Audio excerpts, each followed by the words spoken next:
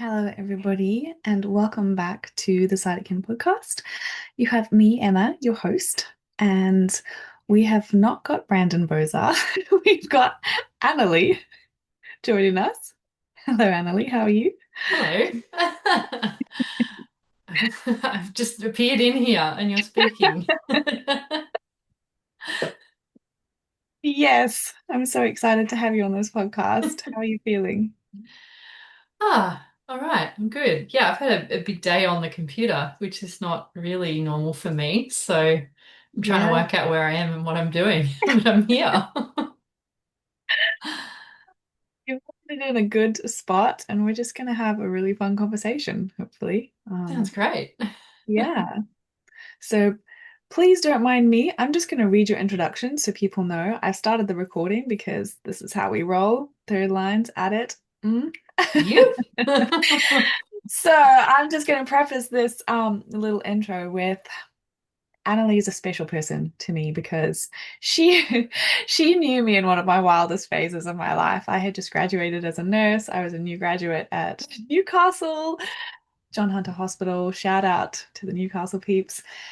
And I was a raw vegan, and she was paleo at the time, and we were exploring things thoroughly. And she was an ambulance officer.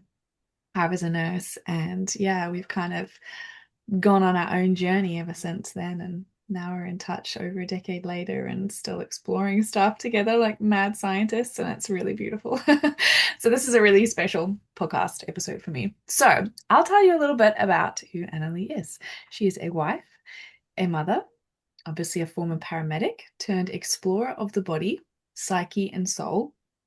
Amazing stuff. Now, she works through the lens of Germanische Heilkunde, or what I refer to sometimes as German New Medicine. So you'll hear both of those terms thrown around here.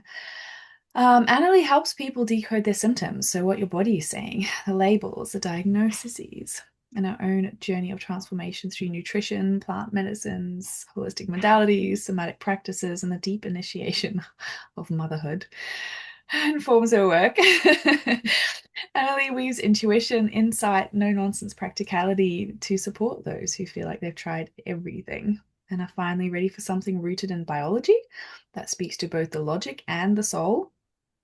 By pairing GHK with integrated somatic inquiry, which I speak to sometimes on here, she reveals the quiet undercurrents of dis-ease, guiding people back to clarity, inner sovereignty, and the kind of healing that truly holds up in real life, which is what I'm so fascinated about. And we're going to play in the realms of Germanische Heilkunde, German New Medicine, as well as human design, as well as, I guess, the more you want to call it maybe quintessential realm where we talk about things like God, universal energy moving through us, alignment, all of this kind of fluffy sounding stuff.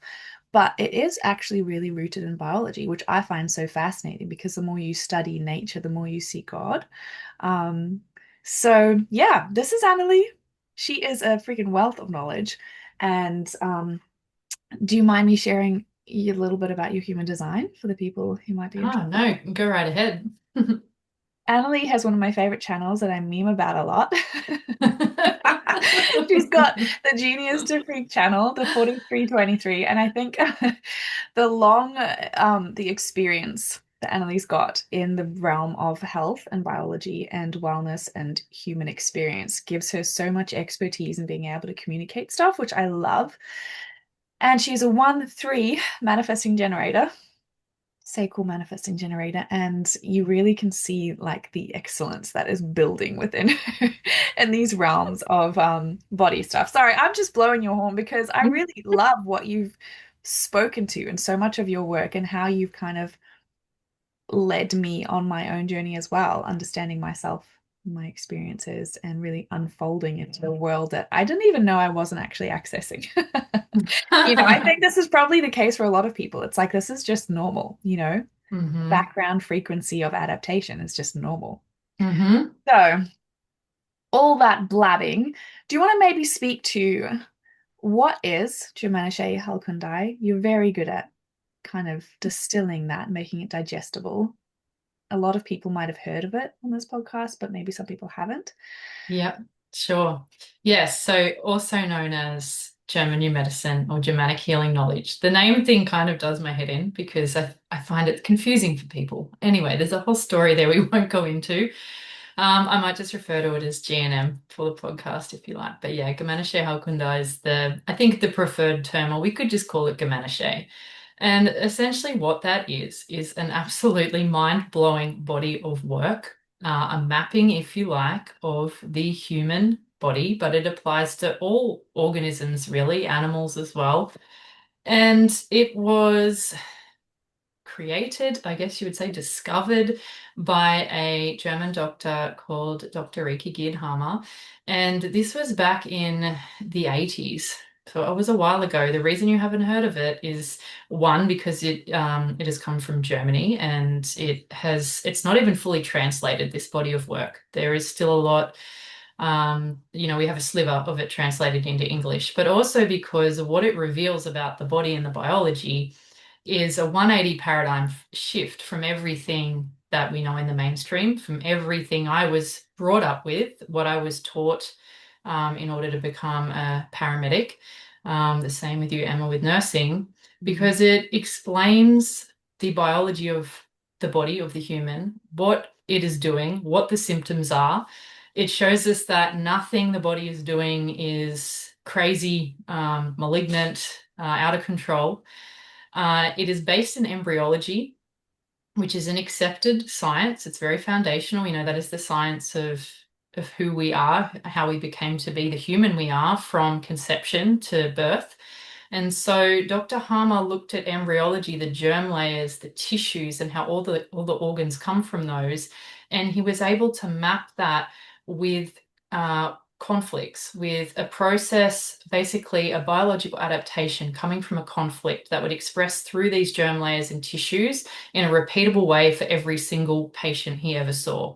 So there is a whole story as to how he discovered that, which I could go into. Essentially, you may have heard it before if you've heard of GNM. He lost his son through a tragic incident. His son was shot, and it wasn't a quick death. It was like months of surgery and then finally passing away very tragically in his arms, in his father's arms, I believe. And sometime after that, Dr. Harmer developed testicular cancer, and he had a feeling it had to be connected.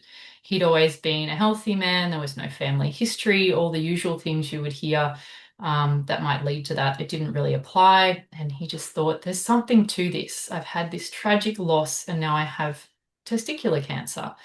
And he also started to have dreams where Dirk came in his dreams and basically, I think, encouraged him to keep continuing on this line of thought. So he had treatment, which I think was just surgery. I don't believe he had any other treatment like chemo or anything. When he recovered, he started to speak to his patients. He was working at an oncology hospital at the time, as luck would have it, and started to question the patients to see had they had a traumatic event, a really conflictive event before their diagnosis. And every single one had had something happen.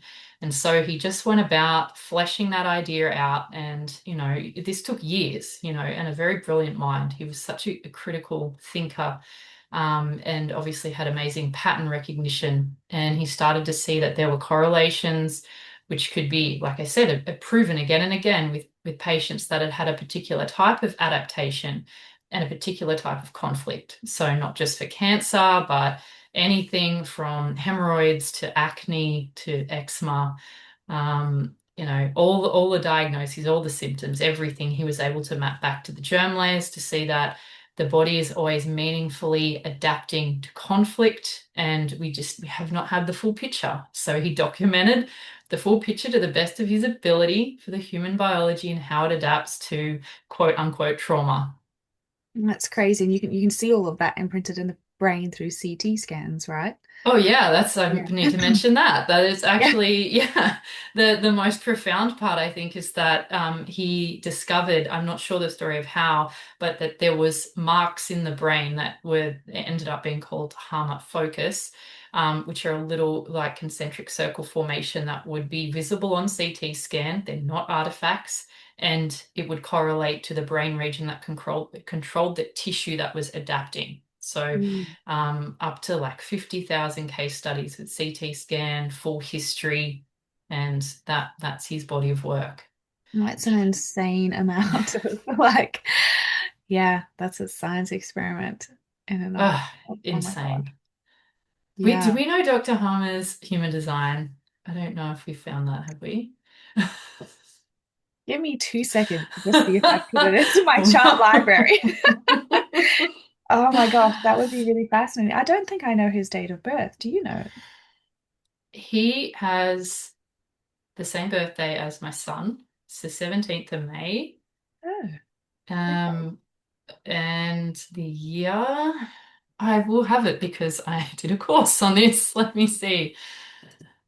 It will be right here This is somewhere. fantastic.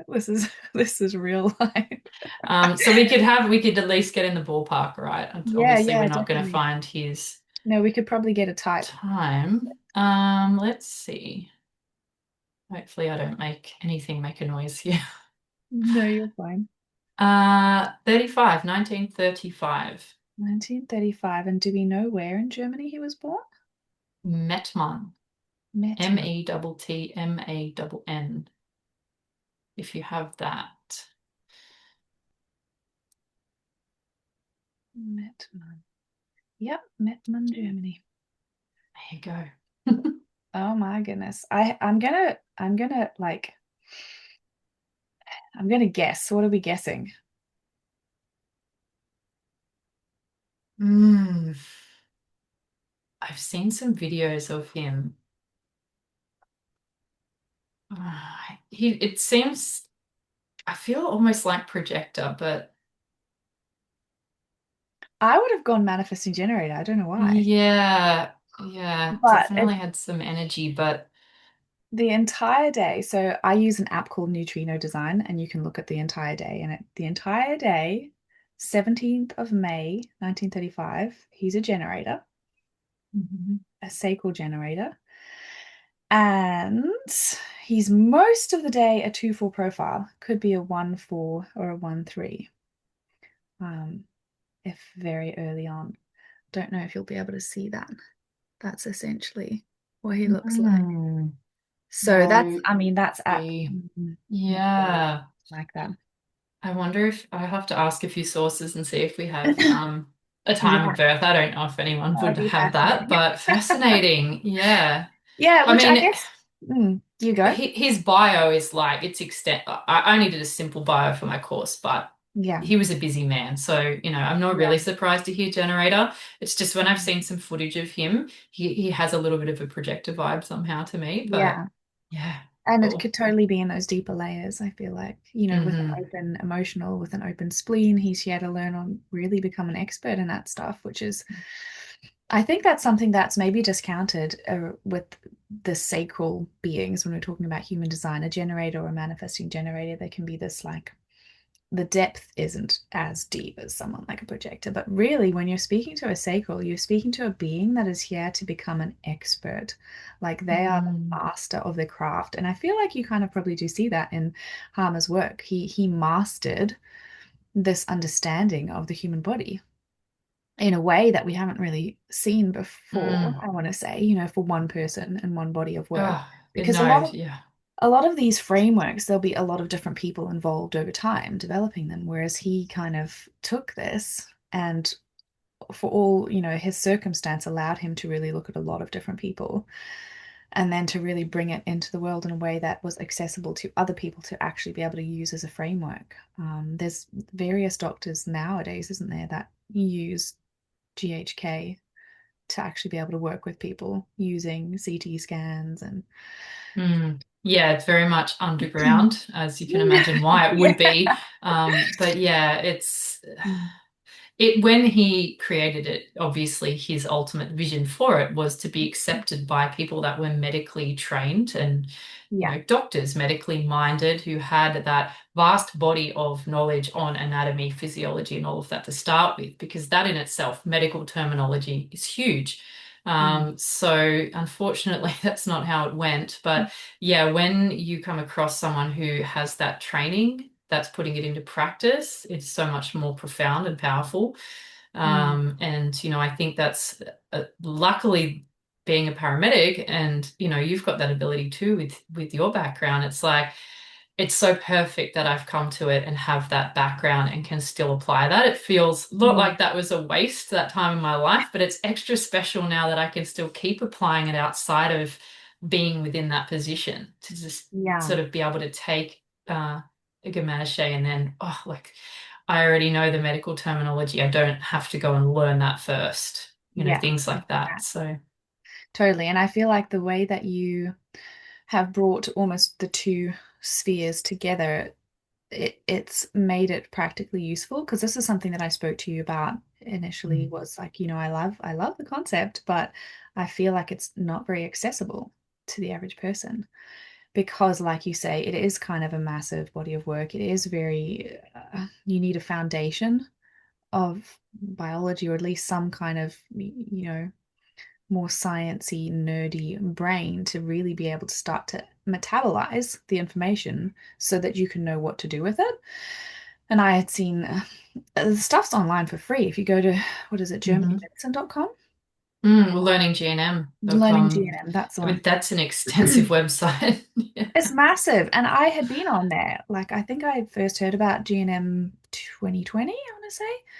And I'd been on there and looked up stuff and just gone like, this is Mhm. Just this is a headache in a in a website. Which I guess is kind of leading me to this. I want to talk to you a little bit about the perception lens that allows for something like, so what we're really speaking to with GNM is you have a stressor and your body adapts intelligently to the stressor, right? So you're running from a lion and your body does something to make that easier. It's like expanding, would it be expanding the alveoli, getting more air in the scare, Yeah, it right? depends what it is, but yeah, Yeah, it's likely to be related to whatever you need to, if it's a lion chasing you or something grow to an get extra more pair of air in legs. to run. Yeah, maybe you need more glucose to fuel muscles. It depends, Yeah, and of course, whether we're male or female, what response would be appropriate too. yeah. So in our modern world, we have a lot of stimuli, that we're faced with. And we have symptoms that I want to say they're increasing. Like a lot of people are getting more sicker. They're getting sicker, more sick, rather than moving through life more well, despite the fact that we have a lot better healthcare, we have, a lot more access to things and yada, yada, yada. So I want to maybe hear like, if you can explain a little bit about how we get to these stresses and that layer of the perception that kind of allows for or almost increases your capacity for more stress or less stress. So you'd like to hear more about how to work with like a program when we're running it, when we have the adaptation, or Um, why we would see threats in things that aren't necessarily threats. yeah. I Mm-hmm. wanna dig into kind of the ISI type Mm-hmm. framework leading Mm-hmm. into that where, you know, we are animal bodies, but what we get stressed about is sometimes not actually an animal body Yes. situation. Yep. Cool. Yeah. So maybe the easiest way I could expand on that is think of the human being and its experience as having three layers or elements. This is kind of my own thing that I've adapted from Brandon. But we've got the animal self, the biology. It's the biological identity. And it's what Dr. Harmer's mapped. It's how the biology works and expresses in relation to perceived conflicts, or even just, to bolster us up for whatever we need during the day. It doesn't have to be a conflict, it's just the general functioning of the biology. It's an essential identity. We have to have it in a human body on Earth to function. It's, all the autonomic things that happen. We don't have to think about breathing, digestion, and whatnot. So, obviously, within GNM, what Dr. Harmon mapped is all of the biological programs um, to bolster that, to the digestion, smell, touch, nerves, movement. It's like it's endless, right? But it again follows the germ layers. So there's that piece. And then there's what I see as the acquired piece, which is the conditioned identity. And it's definitely interwoven with the biological identity. It's kind of an extension that comes off it. So this is where we have the forming of identities like the core beliefs. We have stories. We're going to have experiences when we're younger that are going to lead us to make conclusions about life and about people and situations. It's all that layering. It's the limiting beliefs, the conditioned Mm. self. So those two identities, like I said, they're definitely connected because like we can't get rid of the essential biology, but what can happen is like the biology, we've got the tiger, the proverbial tiger that is a real threat. But it's like after that event is done, we have this ability to keep taking that event and seeing it everywhere or scanning for more tigers. And it's not just a literal tiger anymore. It's like now it's figurative. Maybe I should use an example that's a little more tangible to life than a tiger. I haven't been chased by a tiger in a while. But say when we're quite young, we have a situation where we have a fright, and it could just be a really innocent experience with our parents. It could be a stranger. It doesn't really matter. But in that moment, the biology's perceived a threat because it's meant to be looking for these threats. And just say it is, say it's dad just getting angry. Dad just, he yells because he loses his temper because something's happened. And I have this fear in the territory. For a female, it's a scare fright. But I'm not sure, like, oh, like I'm worried there's something wrong here. I've done something wrong. I don't really know. Like, I'm gonna store that. If it's caught me off guard, it's a conflictive, acute moment. I feel a bit isolated. Maybe I'm in trouble. Maybe I did something and dad's angry. It's like if I have the criteria met to run a biological program, I will. And in this case, it would be the larynx. And then at the same time, I'm going to store, like, it's going to freeze frame that environment, things in that environment to get me ready for that to happen again. And so one of those things that I'm starting to add evidence to in my experience could be like a story around, like, I'm bad. I did something bad. Say it was like, I don't know, I broke something and dad got angry and I happened to respond as a territorial fear or a scare fright. But now I'm like, oh, like I'm bad. So kind of storing that belief. It's all being stored in there in the subconscious. And then next time there's a situation where dad gets angry, like I'm on edge again and I'm like, am I bad? Did I do something bad? It's like dad's reaction means I'm bad and that, there's a problem, there's some kind of issue in the territory. If I never resolve that and I never really see the truth of that, and our meaning making as children is so innocent, then it's likely that every time a man in my vicinity gets angry in the future, that I may have some perception it's about me, that I'm bad, that I'm wrong, and that I need to do something or fix something, or I'm gonna like just kind of be on edge.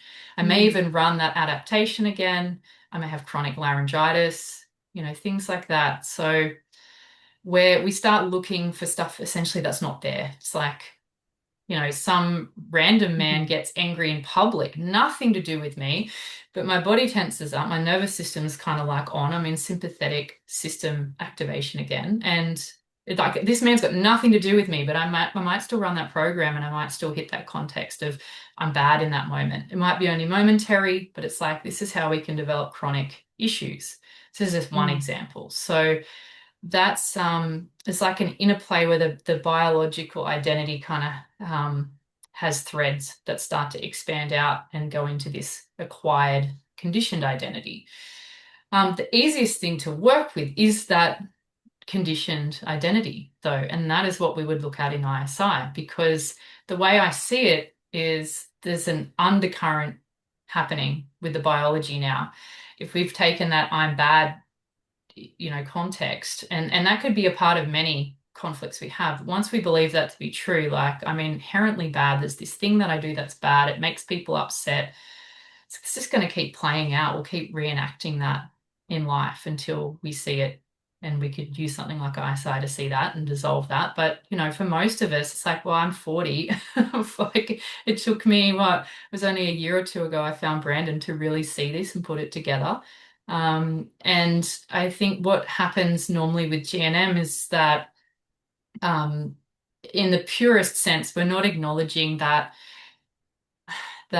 identity so much, that acquired identity. It's still biological. It's like, well, if there's a threat in the territory, we want to deal with that practically. Maybe we Mm, want to talk to the person that's being angry and ask them not to do that. We're trying to change the external factor, mm, which is not always possible. mm, Um, in some cases, it is the most practical thing. Like for a child, if I go back and I'm that little girl and dad's yelling, I mean, I need dad not to yell. I need to feel safe around him. He's, not yelling because I'm bad. That would be the meaning making I assign to it. But, he's getting upset because he's got his own stuff. But it's like mm, practically for a little girl that kept having like a chronic laryngitis or something, we would have to see what's the scare fright, what's the fear in the territory, and how can we stop that? Because she can't change her perception. So mm. yeah, there's those two, and then I mentioned a third layer, which we can go into now or later, but that would be the inherent essence of who we are, or the God factor, however you like to Mm. view that. But it's the unchanging, omnipotent, omnipresent part of us, the beingness that's there, like the blue sky, that's always there underneath the biology, or is like the reason for the biology even needing to be here. It's Mhm. whatever's driving this physical manifestation in this life. Is that what would get covered up or hidden by the identities that we have? If you collect these perceptions that I'm bad when this happens, you aren't Yeah. experiencing yourself. Because this is something I've noticed in my sessions using inquiry as well, is that you almost you can't see life. You're Mm. seeing, and I don't want to say it's like a selfish attitude because there's complete innocence in it, but you can't, for that person, for that woman who is afraid, she's not able to see what's actually happening for the man in front of her Hmm. because it's about, it's about the identity that I'm experiencing, and I have to protect myself and keep myself well. So that God piece of us doesn't actually have a realm to express when we have all of these layers of I'm unsafe, this is happening, I've got to, sort this out. It's really Yeah. interesting. Was Yeah. Well, Yeah. yeah, we won't have a relationship to that essence, that core essence of beingness. It's covered up, as you say, and it clouds so much, like, yeah, perception of other people. And then we'll get into, but basically that's what will drive us to end up in that drama triad of Mm. savior, victim, perpetrator, and we'll always be the victim of someone, and that, or we might think we're bad, we're a perpetrator, or we might think we have to go and rescue everyone and save everyone. And it's all about moving those external pieces to try to get the thing that we can't see that's been there all along, like Mm. that inherent, that say it's the blue sky, to steal that analogy from Brandon, but the blue sky is always there, whether there's clouds or not, whether it's dark, it's nighttime. Like the sky is still there. It's always there, but sometimes we can't see it. And if we never see it, if we can never have a touchstone to it, we won't know it exists, and we'll just believe with the clouds. So we'll believe that, Mm. yeah, where the identities, the contexts, will I over identify. Even with our body, we'll believe that all we are is a body. And so that when my body is not functioning or looking how I want it to look or be, then I'm not good, I'm not safe, I'm not worthy. And Yeah. again, that's sort of speaking to materialism, that all we are is this random body, and when it's dead, we're dead. That's the end. So Mm. Yeah, that's a fun rabbit hole. yeah, isn't it? Yeah, so my fascination that we did a little bit of a chat about in our voice notes to each other is this. Kind of see these layers as being also something you can see through human design, where when you have somebody and they have a chart and they have this way of being with themselves, there's this hypothesis in human design that you have an inner authority that's body based. It's kind of like an intuitive feeling about which direction to go, how to make decisions that are going to be authentic to you. And I've seen a lot in my human design consults that people can have an awareness of what this feeling might be and still not really be able to trust it or follow it.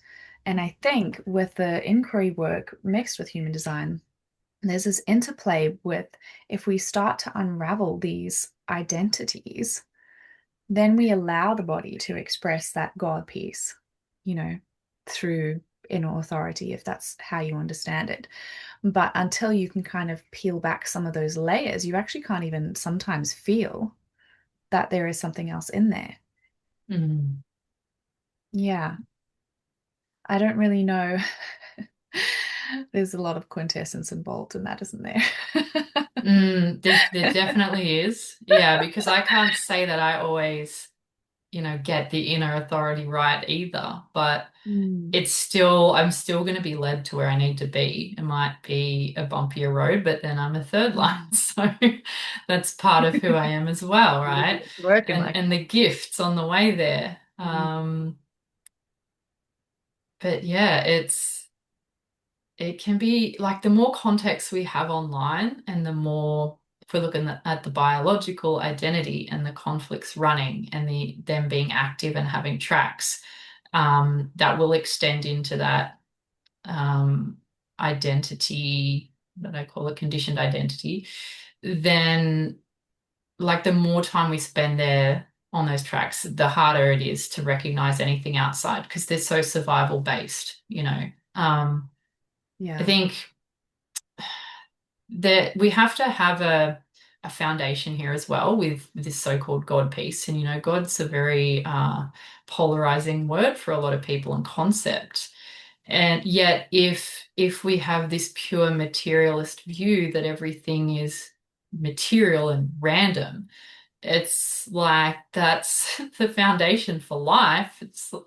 It's a it's a very different platform to believing that there's yeah, like an omnipotent, omnipresent force that runs through all of us, that connects us, that supplies us with everything we'll ever need, and that's already here now. It's like the two very different worldviews. So um, foundationally, I think it's really important to go there with people. But yeah, there's a lot of depends on your background. There can be so much resistance, so many blocks that come up to even look at that, to even consider that's a thing that even exists. Yeah. Yeah. I know you've spoken to kind of observing with clients if there is no capacity to really grasp this aspect of God, it's a lot harder to actually heal Mm. because it's almost like there's nothing but you to like Yeah, what's the point? it's all resting on your shoulders and yeah, if it's just random, you're kind of trying to just avoid suffering and it's the amoeba thing, isn't it? Like going away from suffering towards pleasure. Yeah, well, There's that's right. There's all these yeah, things that can hijack us along the way. yeah. Yeah. Yeah, and the depth, I think, for human spirit, there's an awareness that that's not true. That's not all it is. But I agree with you in that sense of like, well, if there's so many concepts about God and what God is that have led to maybe dysfunctional things in and of themselves, it's like, well, how do we understand what God is? And I'm curious if you feel like you have become more aware of the nature of God, if you want to call it that, through studying all of this biological patterning. If you can see the flow, because there is kind of an organization. Yes, we're looking at the material side of it, but you're seeing the energy move through to create the structure as well. Um, that's really love that. I don't think you ever played in the bioenergetic realm, but they talk about energy and structure being completely interdependent. And so when I look at the biology, the embryology, the physical creature that is human, that structure is shaped by the energy flowing through it. And we can see that through the thyroid and the IQ and all these different things. But it's almost like, well, what is that energy? You Hmm. know, what is the nature of that energy? I'm curious if you feel like, yeah, Mm. your idea of God is a bit more informed by seeing that perfect. Yeah, I definitely, the one thing I thought of when you were speaking with the bioenergetics is when I did biofield tuning and the work of Eileen McCusick and looking into the biofield, the way she describes it. and how that essentially is like, a force outside of us that is condensed energy, but then it condenses in further to create what is the physical body. And so there's information stored in this biofield that she works with the tuning forks, the sound, the frequency, to find that, to bounce off that, all kinds of really cool things. And when something changes in that biofield, it can change in the physical. It's like it's holographic, it's like it's sort of Mm. projecting our form. So you can see how that change would occur. It's not um, like this materialist view would be like the body's the center of it all kind of thing. And it's like everything comes from the matter. But it's like, no, it's being, in my view, condensed in density, more Mm. density until it's what appears to be solid. And we still know we're not really solid at all. So um, there's an for lack of a better term, a divine algorithm for that. And Gamanashe shows that. Dr. Harmer was able to document that in a very scientific way because what he documented is that everything that's happening within our bodies is always happening for us. There's nothing in here that is entropy, is that the word? Like it's not breaking apart, it's not breaking down, it's always moving towards more, like better, more abundance, life, reproduction. And we see that in nature as well. Animals aren't running around in scarcity. They might experience it, but they, as far as we know, don't have a thought process around it. They just have a very connected instinct and connection to what is there now. They're in the present, and that they will always find what they need, and they'll keep seeking till they find what they need, or they won't. But it's very different for us, the way that our mind works, the way we have this, like the way we conceive of the body, like I said, if we think it's all coming from the matter and it's all us, it's like this, it's, I don't know, like a God delusion within ourselves of like thinking it's all up to me. It is selfish. I have to control it. I have to do it. I have to fix it. Like when the rest of the world doesn't operate like that, nature doesn't operate like that. Um, yeah, I think there's so many amazing people coming out now and showing us how. Um, yeah, like God, like I mean the biofield, what a divine creation. Like they say the interwoven or the interconnectedness of matter and energy.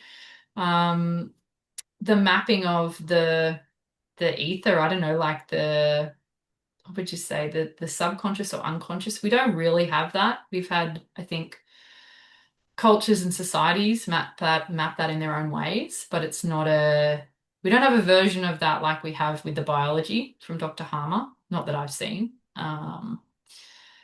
But I feel like my relationship to what God is has definitely been more distilled through finding Gamanashe and through Brandon Bozar, let's be honest, like he speaks to it brilliantly because I could never align with this idea of even to God being called he. It's not gender in the way that we know it. But to me, it's the beingness. Again, it is the blue sky. It's the absolute truth of what's there, that there is always enough. There is always more because that's how nature always operates. It always is headed towards more. Mm. So, Yeah, and then the I guess pain and suffering is where there is perception of disconnection from that. mm, Like I can't see the more, even though it's there, right here, yeah, wherever it is. But what I'm looking at through my lens is kind of like, yeah, that's not, I'm alone, whatever it is. It's like yeah. we get to experience God or not, whereas perhaps animals don't get that. It's I, always part of it. yeah, it feels like for them there isn't a separation. Mm. I did another podcast and we spoke about information as medicine, and the word to me, information, is in formation. Animals are never not in formation with Mm. information, with data. There isn't a separation between what's coming in and like a meaning making, at least that we can Mm. see. I mean, I'm Mm. not an animal, but Mm. they don't. they can't lie to themselves. It's like Mm, it's all happening now. I think their perception of time has to be different to ours. The way that you watch even a bird flying through trees at full mm, speed, it's like they cannot have the same perception of time as we have. mm, I was having this discussion with a friend the other day, and she mentioned the trees, how long they stand there, how slow they grow. Their perception of time cannot be the same as mm, us. So, but there's no separation for what I can see anything other than a human as to the like perception of time with information. It's like this information comes in, and then I have a choice to make that mean something other than the absolute truth of what it is. And then again, like these conversations, they can get tricky when someone doesn't have the same definition of truth as us, yeah, or God, or yeah. energy, etc. But Yeah, like you said before, there's a lot of baggage mm, when it comes to talking about some of these things. But if you're just coming back to that biology, not materialist, like the biology of it, you've got energy. I mean, there's breath, there's electrification of our meat. hmm There, there is good some, visual. right. There is where that energy comes from. We don't necessarily have the answers for, but there is energy animating us, and whatever you want to call that, um, there is a mystery to it. And I think when that is recognized, it's almost like something that I've had a hypothesis around, and maybe you can speak to this, is like if we have an awareness of God, and if we have this awareness of I'm not alone, I'm actually, I'm living through the breath of something that I don't even understand necessarily, like this life force energy, whatever you want to call it. Mhm. I'm not alone in my experience, and everywhere I look, I can see that same energy bringing life everywhere around me. Is the capacity for conflict shocks and symptoms and all these different things the same for somebody who has that awareness versus somebody who, is completely materialistic? I don't believe in creative intelligence, life force. It's just, random what happens. Snotty nose, don't know why. Oh, my cat died of something, not sure what it was. All of these kind of attitudes where there isn't really an awareness of that. Mm, In my mind, you wouldn't be able to have the same capacity for these conflict shocks, right? Because the mm, trust is different. The hmm surrender to what is different. Yeah. Um, Yeah. Yeah, totally. I think if we think about the concept of contagion and how mm, easily is that going to look like it's a thing, because the energetic contagion is real for sure. And we hear this term like mind virus, or is it mm, Watiko, I think as well. And so if I have a belief that I'm material, that I'm just, yeah, like atoms and whatever, bits, I'm a meat suit, there's nothing else. The animation is like, and it comes from, like, consciousness comes from my brain. So when my brain's dead, it's gone. That little things can come in and change my body, that there's, um, it's like the adversarial. You have a mindset around adversarial. It's not the word. Um, there's good and bad. There's things that are going to get me. There's yeah, little germs, boogeyman, whatever, right? So if I have all of that kind of a setup, and I think there's no God, maybe I'm like an evolutionist, but I'm a bit like atheist. Now die and there's nothing else. All of that set up. It's like I'm very easily going to have conflict shocks around my physical body when it's misbehaving. I'm going to see it as mm, misbehaving if I don't believe there's some divine order or divine algorithm running, and that my body's not always trying to do the best for me. And then if just say in a family situation, like someone in the family is having what we would call a resolution and they have symptoms and it looks like your common cold, I'm going to be on edge. Oh, I don't want to get that. I don't want to get your germs. Like, oh, that's probably going to be the conflict shock in itself. Then sets off the adaptation that later looks like the cold. Oh, I caught your cold. That's one of the simplest ways we would have what appears to be contagion. So yeah, but I know in my household now, we're at the point where like Orion has pretty much been brought up with GNM because he was too young to remember before it. He was probably two, I think, when I found it. So And Alex is on board. I think Alex always very easily picks up what I'm putting down. I don't know. He just kind of comes into it and goes, yep. Like I might Okay. explain it to him, but he just, I don't know, he just gets it.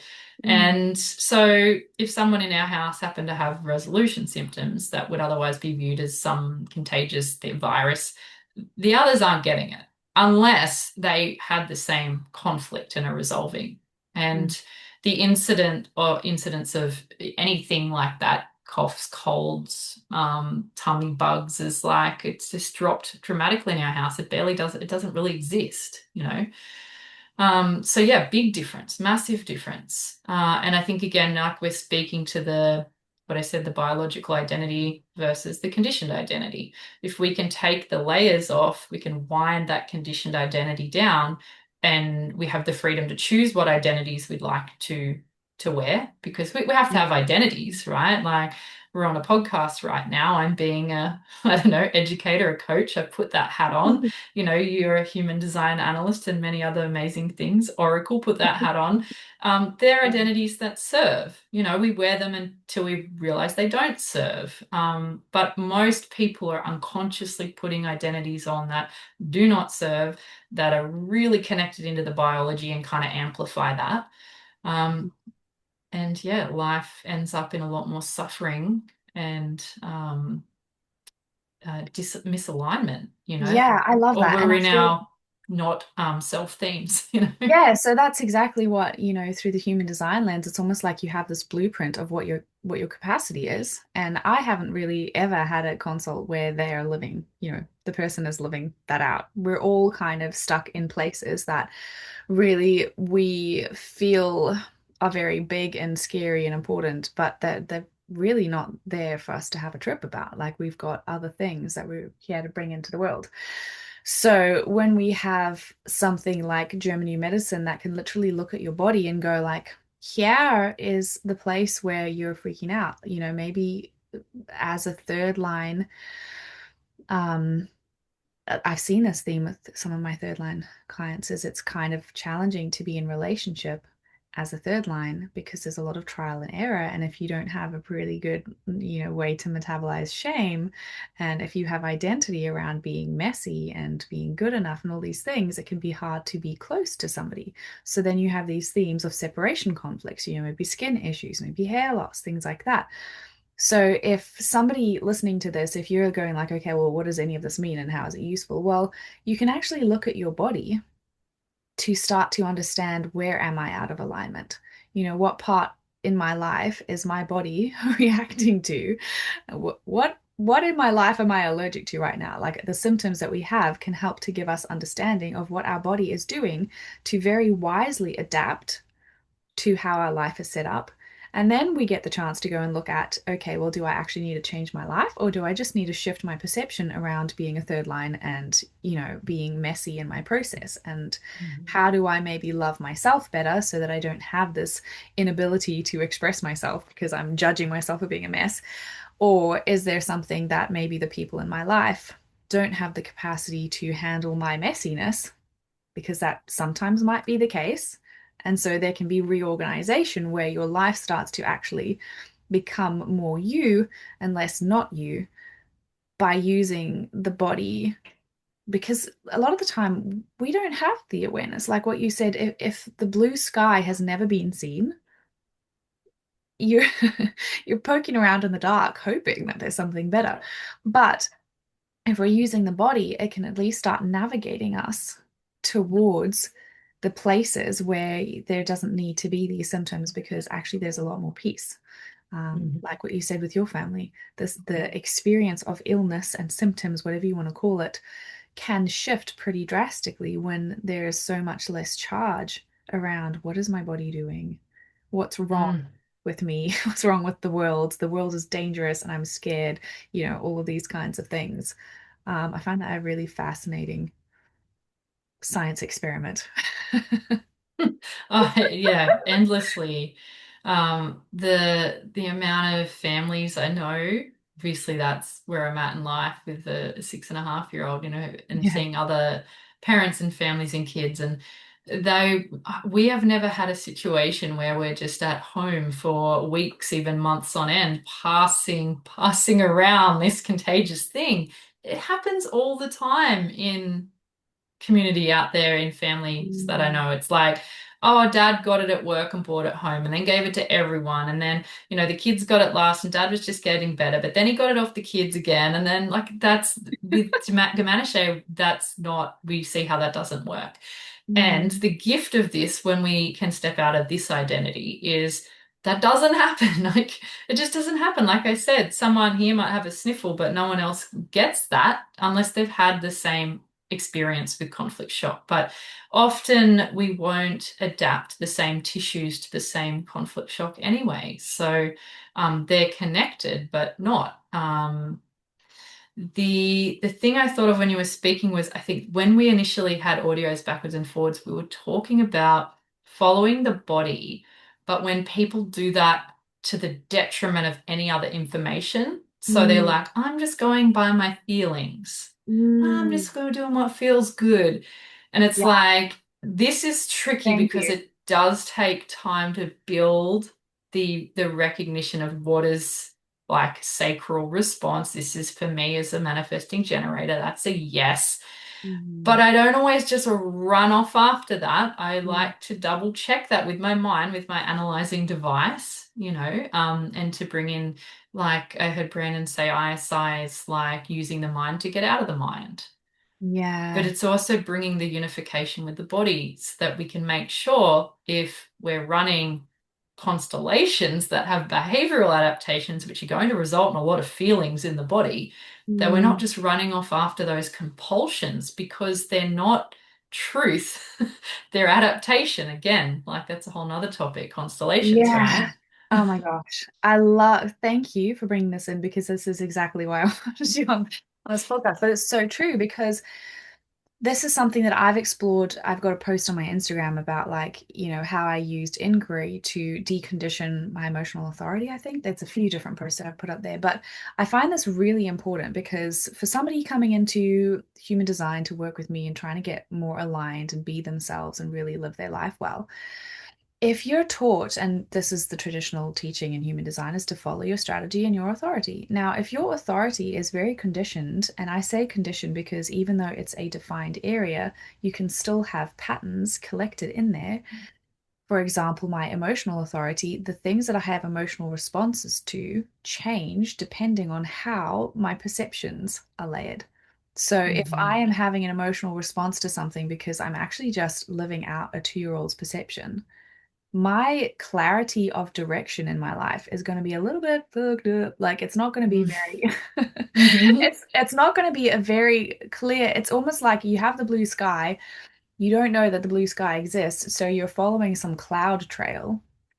Turns out it's a chemtrail. Um, I knew you were going to say yeah, that. so you're kind of like you're doing what you know, you're doing the best with what you know to follow the Mm. body, to follow the intuition that's in the body. But if your body is very, like you say, constellated, when there's a lot of conflicts going on and you've got actual behavioral adaptations that you live out, do you feel, I'm asking the listener, do you think that you're going to be able to trust what your body's saying?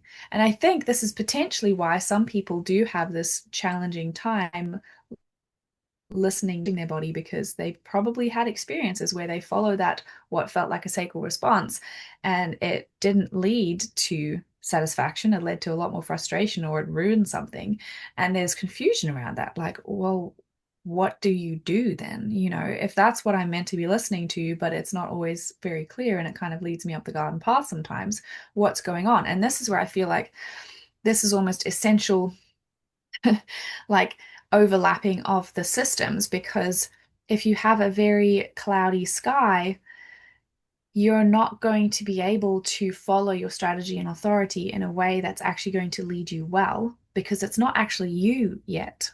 So you almost Hmm. have to like peel back these layers to get to you, where you're not Hmm. living out some identity that there's something wrong with me, and that's actually what you're responding from, or you're not living out some identity that I'm unsafe, so I'm Hmm. protecting myself, and that's actually what I'm responding to. As an undefined spleen, that's been a huge one for me. Like everything I look at, I'm unsafe. This is going to harm me. That's going to hurt me. And so, if Hmm. I'm responding to and having emotional waves around these fear-based things, that's actually, in my opinion anyway, that's not very easy for me to get to clarity because I'm so, I've got so many layers of perception that I can't actually feel myself. Yeah. Um, yeah, love this conversation. It's Do you have yeah, anything to add? it's like it sounds simple, but it's not easy. Right? Yeah. Yeah, I think a really classic one and one that I've experienced is the megalo constellation. So megalomania, it could be a depressed version, it would be megalo-depressive, but Mm. it's super common because it is two self-devaluations. So if you've ever had a achy, sore joint or muscle, and you've had one on one side and one on the other, you've probably been in the constellation. So it's Mm. the constellations are when we have, I mentioned the conflict before, this moment in time that is conflictive, it catches us off guard, it's cute and dramatic and isolating. Conflict shock runs a tissue adaptation. When we have another one on the other hemisphere of the brain within the same brain region, it's almost like an overload. It's like the first adaptation didn't work. The second one actually stops or slows down the tissue adaptation and puts us into a behavioral state, which can look like many different things. But essentially, it's like a bolstering to go one step further to get through that conflictive event. And we're all constellated. So it's it's not a bad thing. It's an adaptive, protective thing. It makes us who we are. All of our crazy interests and desires, and essentially the things we run off after and have compulsions for, are probably driven by conflict. And that's okay. We're all there. But if we've got a lot of them and they're very active and we're unaware, they will certainly be the clouds that cloud the blue sky and cloud the strategy and authority, So, yeah, the megalomania for myself has played out as like I've had to really check this moving into the work I'm doing because I've seen such a pattern of performing, trying to perform and draw attention to myself, which is the megalomania, for love, for Mm. love at its core, but yeah, some kind of recognition, validation. I'm trying to get something from putting on a show, that's the megalomania can be in its more intense version narcissism, you know.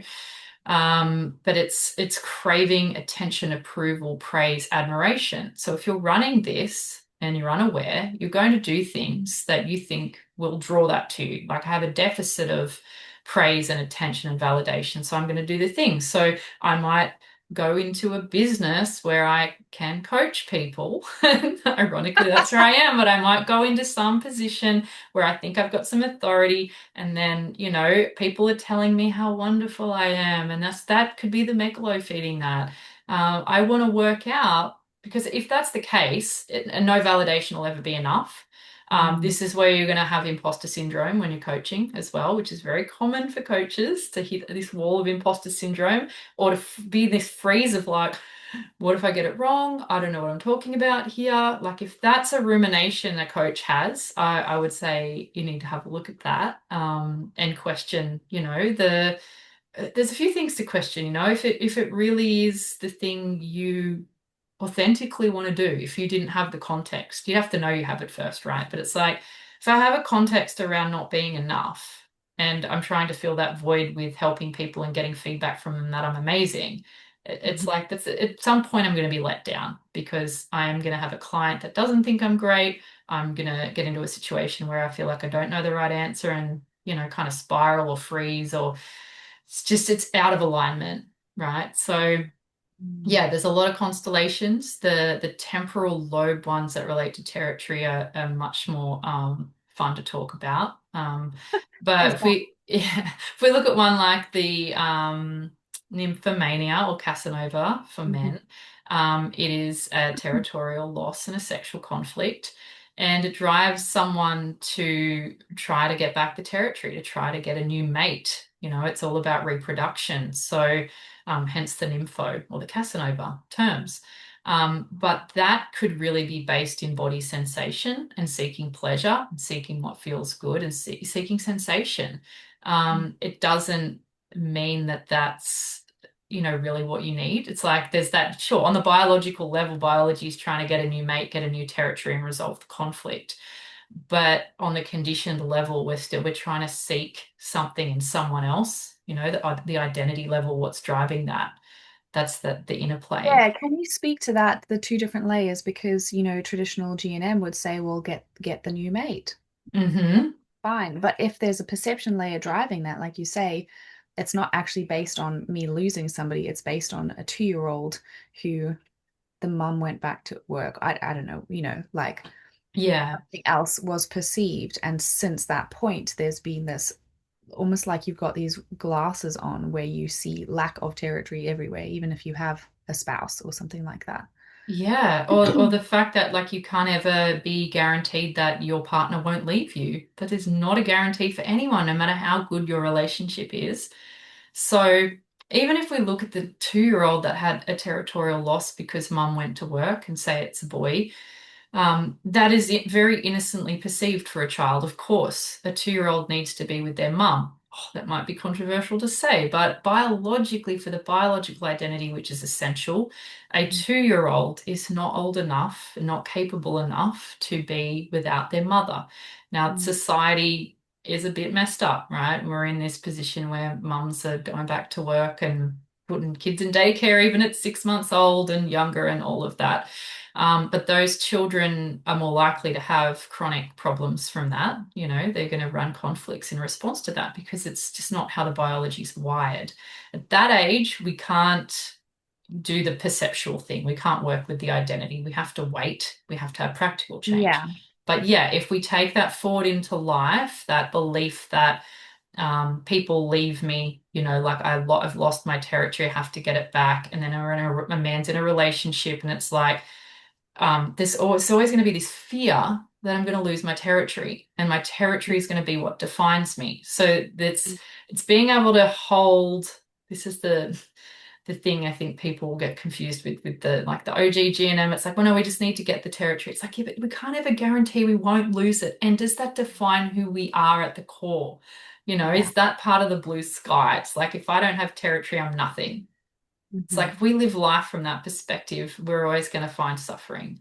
So the drive, yes, for say the Casanova is the conquest for the woman. I need to find the woman. I need to find the mate. I need to secure the territory. But the reason why that often doesn't work for men when they do get the partner, and it's like because there's an underlying belief that they're never really going to be okay without that woman being there. And that could create, all kinds of behaviors as well, controlling behaviors and whatnot. So the work for that would be to see that that's not what defines you, the territory, the woman, the partner, the thing, the job, the accolades. If we look back at the megalomania, the validation, because if I'm Hmm. trying to seek that outside of myself, I'll be seeking it forever. Yeah. Yeah. And like you say, there won't be enough. There No, won't never ever be enough. enough. Yeah, and the partner could always leave. They could die, Yeah. tragedies happen. Um, it's just as same as what like just seeking love from someone else. It's of course if you're in a relationship, there's love and it goes two ways, but how to phrase this? It's like if you need someone else, it's like there's this pervasive mindset in society, at least in Western, that like you're not complete as you are. Like the whole point is to, like again, we're talking about securing territory, finding a partner, having children, whatever, getting the house, getting the car.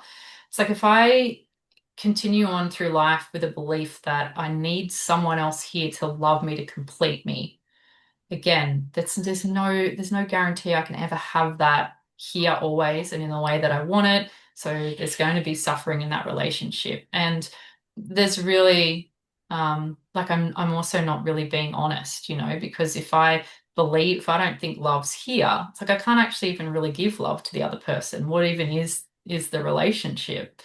Um, Yeah. That's where that I like this concept of the extraction process, and that's where I see it as completely innocent because we're not doing these things intentionally, but it's kind of like this selfish way of living because everything that you're doing is really a process of extraction. The relationships that you're in, the friendships that you're in, the work that you're doing. It's really, I'm trying to extract a sense of me being okay. Am I good enough? Am I worthy? Am I loved? Do I belong? And it's kind of like trying to get it from these little things that I'm collecting as evidence points. Okay, when they're happy with me, when I have their approval, that's when I experience my sense of I am loved, I am enough, etc. Mm. So life isn't really even being lived. It's just like feeding into this endless loop of I've got to have these things to feel okay because Yeah. intrinsically I'm not okay. Um, yeah, and you have that paradox, then you actually become a worse coach, a worse lover, Mm. a worse Hmm. friend, because you're Yeah. not actually there. You're just in this performative extraction process. And Yeah. Well, yeah, if you've ever been in a relationship and you felt that from the other person, you can feel it. You can feel yeah. when they're desperately trying to get something from you. They need the validation, the attention, the love, whatever it is. It's Mm, like that, there's a wide variation of how that feels and how people do that. mm, But yeah, it's going to result in failure at some point. It won't look exactly like you want it to look, and then it'll all kind of come crumbling down. So, or it'll just be drama. Like I think most people, how it looks for them in relationship, it's just constant drama. There's yeah. constant, like you're not able to see each other clearly. It's Yeah. you're seeing all of your psyche's unfinished business in the other person, essentially.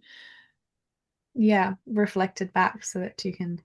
I think this is where, the quintessence of God moving through us is so perfect because it's like all of these things we see as problems are really just invitations to, okay, here's your opportunity to see that you're expecting this to come from that person and it's never going to. So have a look at that. Start Mm, exploring that. It's like we can so easily see these things, and we do, I do, we see them as problematic and painful, but they're kind of, I want to say, like, I've never given birth, I'm not going to say this, but it's like this the expansion, you know, you're able to expand into more rather than being stuck in this myopic little place where somebody's approval can control whether or not you feel okay. You know, Yeah. how small a life. Oh, totally. Yeah, it's just phenomenal the amount of things we do give the power away to. So much Mm, more, I think, than most of us think.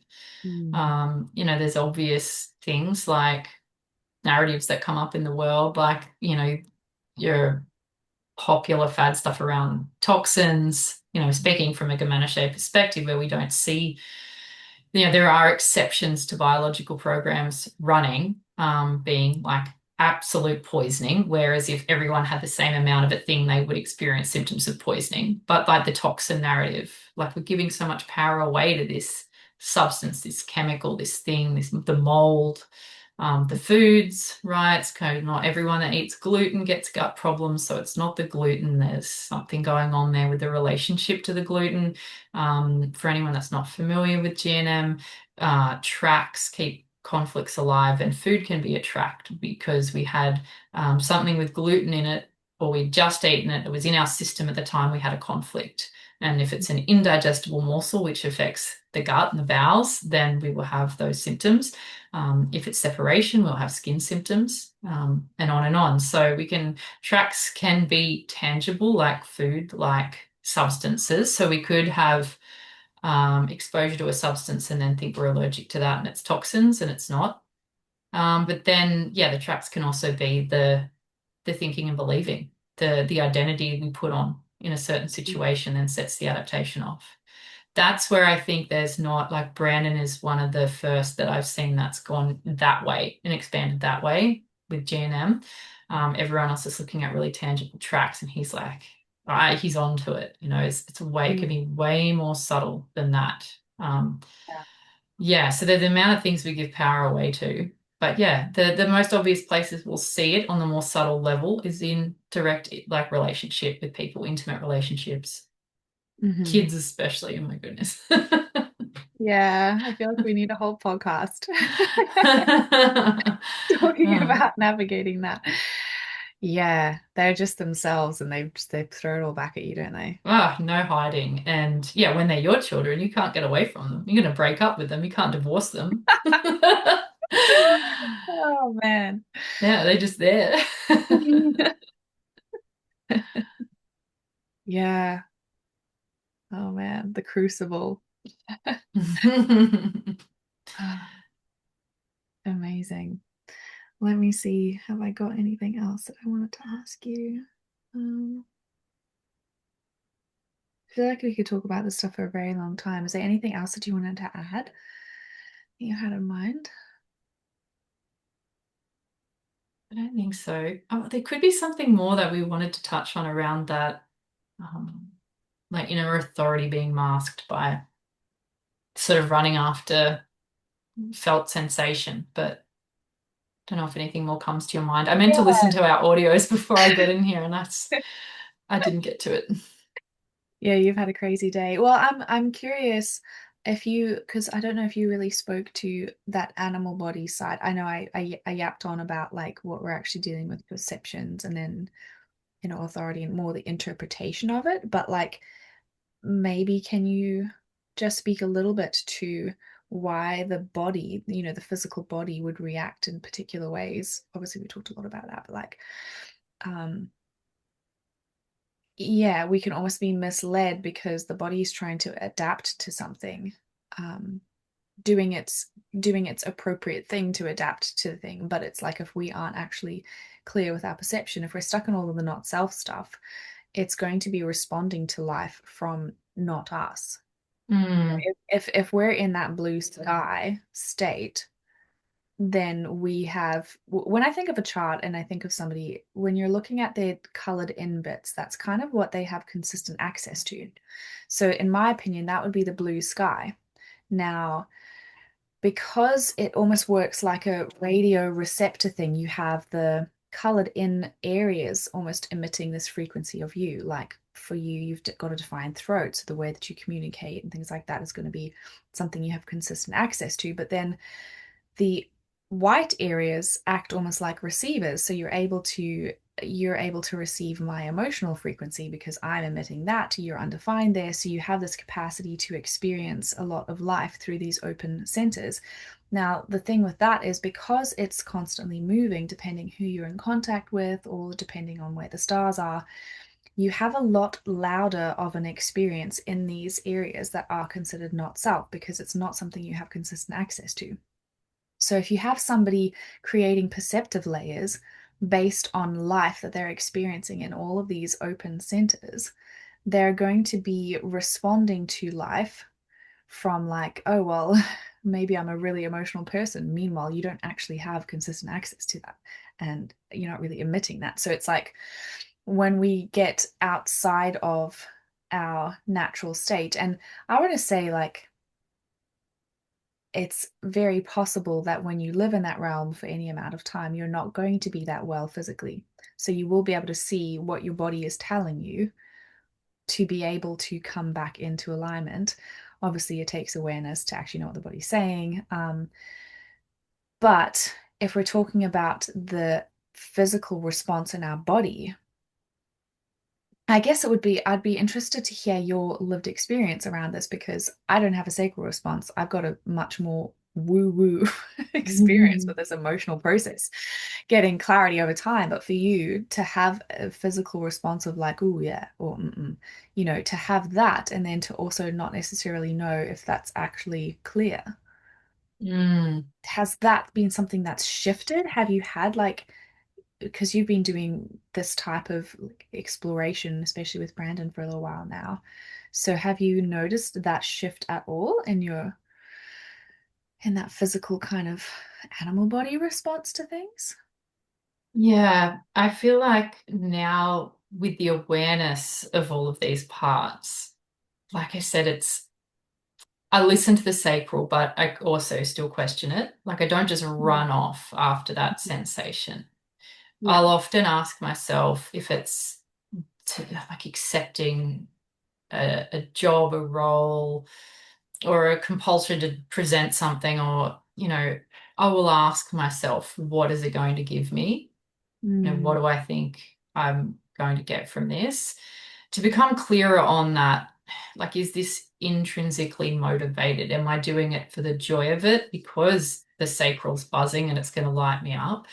mhm, And see what's there. Like, is there, like, when I ask that question, is there a contraction straight away? Because often there has been. And then I mm. realize, oh, I'm doing this to try to get some kind of recognition. That's what I was going to ask you. So when you're in that moment, you have a response and you're going like, I'm gonna just check this for a second. Would that Mm-hmm. be because you're like, I'm aware of the fact that I have this tendency to want to get something, Mm-hmm. my megalomaniac state, so I'm trying to get this, and this response is to get the thing rather than the response to actually do the thing that, Yeah. fascinating. And Okay. this, might throw a spanner in the works for some people that are pretty into human design but haven't come across something like integrated somatic inquiry and haven't got that Mhm. process of questioning people that run off after the sensations of the body. I had a session with Brandon in the earlier days, and at the time, I had a lot of energy and compulsion, I guess, drive to write a book that was GNM based. And it was going to take a lot of time and a lot of energy. But I was like, I'm going to write this book. And then I had a session with Brandon, and I cannot remember what the inquiry was on, but it might have been around not enoughness or performing for love. Mm. And then after that session, I didn't want to write that book anymore. The energy was gone. It wasn't generating energy for it. It's like I thought that was a sacral response. Hang on a minute. But I realized that I just wanted to do it out of some kind of like attention seeking, really. The megalomania. It's like I want to be seen as someone who's written a book about this topic and people are buying it. It's really important. And Mm. like I actually still it's still I still have the desire there for the book, but I don't have this compulsive, like I have Mm. to do this right now and get it. And almost like at times there's a FOMO with that. Like if I don't do it, someone else will, and I'll miss out on the accolades. And I've in the past mistaken that for sacral response. So yeah, That's hopefully we haven't made people fascinating. more confused, but I just really think it's No. worth questioning and not, it's like the freedom to choose comes with the pause Yeah. instead of the reactive Totally. And response. yeah, and I was speaking to a projector early this week in a session about what he was up to, building business. And I was like, where is your actual joy? Where is your enjoyment of being you? And I think it's so funny in this day and age of social media, you can see what everybody's up to, and your next door neighbor is famous on Mm. TikTok for something. And it's kind of like we have this attitude that being a normal human being isn't enough. Hmm. And I'm saying this as somebody who feels this as well. Like, I want to be magnificent. But what are the things in you wake up in the morning and you're doing your life? It's like we actually are very simple human beings. And I think the things driving us to do all these crazy things, like you say, right? And I'm not saying don't write a book. Like, I'm a Mm. songwriter. I've written songs. I've done stuff like that. But like, I remember getting very annoyed at you when you first asked me this, like, when was it? When I first started the circle with Brandon, and you were like, maybe you just want to like sing songs and write music. And I was like, no, I need to be I I need to be remember. helping people. I need to be saving lives. I need to be like really useful. I need, all of these funny things. And it's like, if you didn't have if you didn't have all of these parts of you that felt not okay, what would you be responding to? Because like you say, Hmm. we're so used to if we've never had the blue sky thing, we're so used to this being us and this feeling like us. And so the concept that it might actually not be our deepest layer of truth is a little bit there's resistance to believing that. There definitely was for me. But this kind of brings me to that undefended self concept that Brendan seems Mm. to. Is he the source of that? I'm not entirely sure. Yeah, yeah, as far as I know he is. That's where I Yeah, got it like from. he has like a truth telling. one of the videos of his I've watched. I think it's in the circle, but it's like the layers of truth. And it's kind of like you can have this Mm. irritation about something, which is the surface layer. You did this to me and I'm upset because you hurt me. And then you go Mhm. down a layer and you start to realize the core of it. And then at the bottom, it's kind of like, oh, I was expecting you to constantly feed into my sense of I'm enough and you didn't. Yeah. Therefore, like, so what we think of, what you said earlier about like we have to kind of agree on what truth is, and we don't always necessarily know we don't have access to the full truth. So I think that would be something to, through the human design lens, just explore a little bit more when we're talking about inner authority, where it's not as simple as your gut response is always going to be an accurate voice for you, depending on what is kind of almost underneath that gut response or the Mm. response or the splenic response. And it's definitely a lot more nuanced. And I feel like this has been something I have been, as a third line, since I like the last 3 years studying human design. It's something I've been exploring because my inner authority is unconscious. It's like completely separate from my conscious mind. So I've really messed around in this realm and had to learn a lot about like what is something that actually feels true to me or not. And that's where I feel like this work with ISI and inquiry and stuff has been really helpful because it's been able to at least get me asking the questions. What in me is finding this thing very attractive, or what Mm. in me is resisting this particular thing, and it gives me tools to be able to go there and look at the thing rather than just be controlled by all these various contexts, and then wonder why I'm not actually feeling well. Yeah, yeah. Yeah. And it's survival based. We need to remember the whether it's the biological identity or the conditioned, acquired Mm, one. It's about survival. It's always coming back to life or death, really, if you were to mm, follow it all the way back. So the ones with money, I think, are very obvious because you could ask somebody who's trying to do something to make money, if you had all the money in the world tomorrow, what would you do? And it probably wouldn't be that thing that they're pushing to do. Well, it's like maybe I'll just go sit in the sun in the backyard. Maybe that's what I'd generate energy for. It is so simple, but unfortunately, the society and the evolution of humanity at this point, yeah, we've gotten pretty complex, and yeah. we don't have, a lot of us don't have the skills to see what's happening, the awareness, the language. Like it's an amazing time to be here, to be around mentors that we have, to have these people, these peepers, these visionaries, the peepers, um, the people that are visionary, that can see something different and then can bring that through. Like obviously the design helps with that, but to have a language to then um, sort of feed that out to other people so we can all start to get on the same page, whether that's definitions, because if we look at, yeah, the idea of truth and the mind, that's my truth.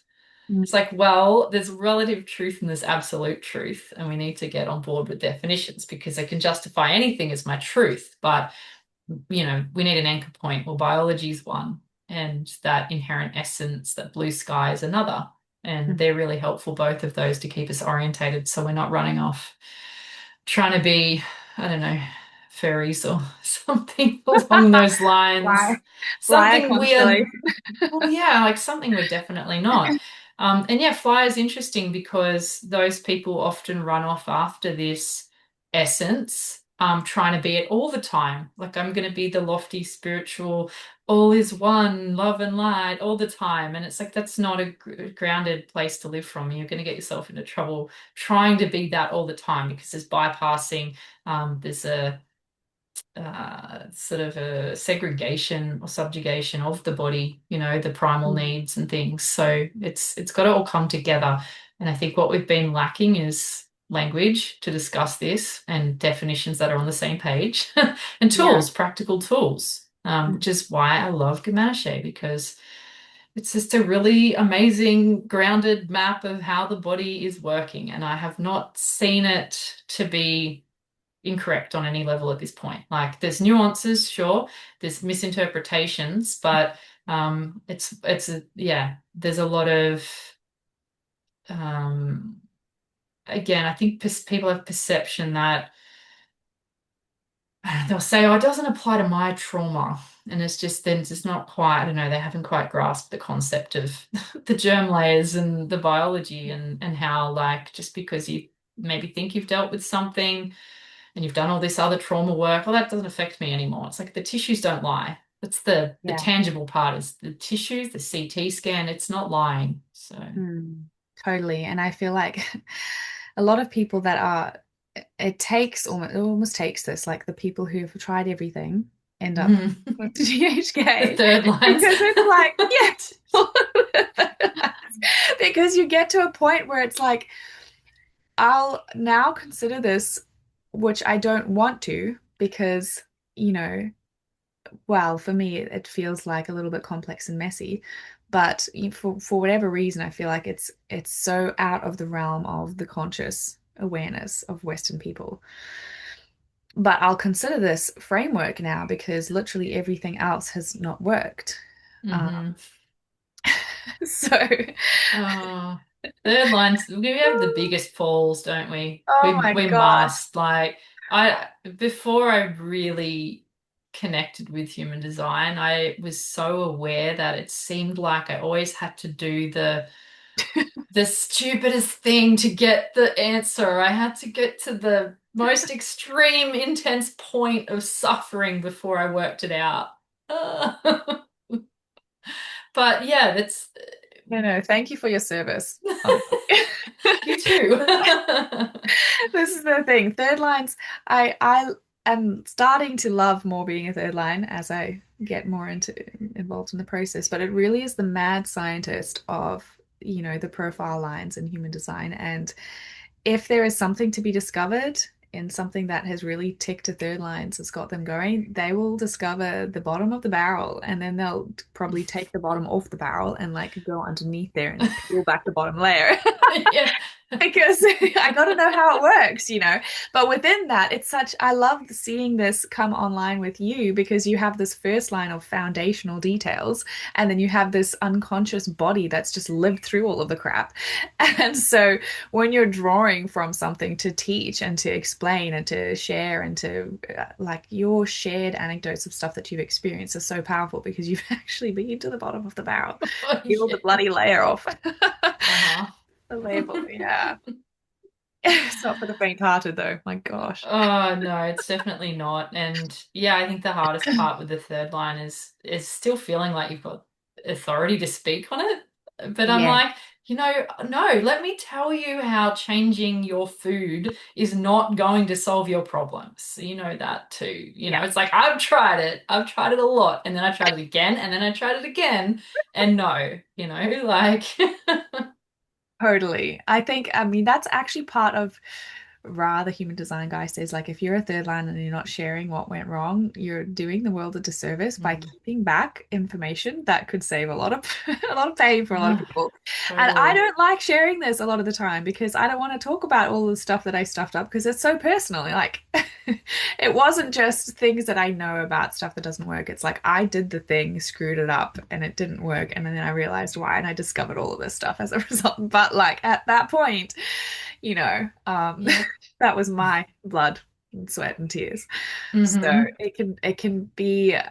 I don't know if there's context. I'd also love to understand this more about these predisposition to live a certain way. When you look at a kid and you look at their chart, it's like it's pretty obvious they're not a different they're not a different person, and you can have multiple kids in the same family with very different charts living very differently. So I feel like there's a really interesting aspect to that. But within these things within the chart, like the third line, for example, if you're a trial and error person, are you developing a lot of self-devaluation conflicts?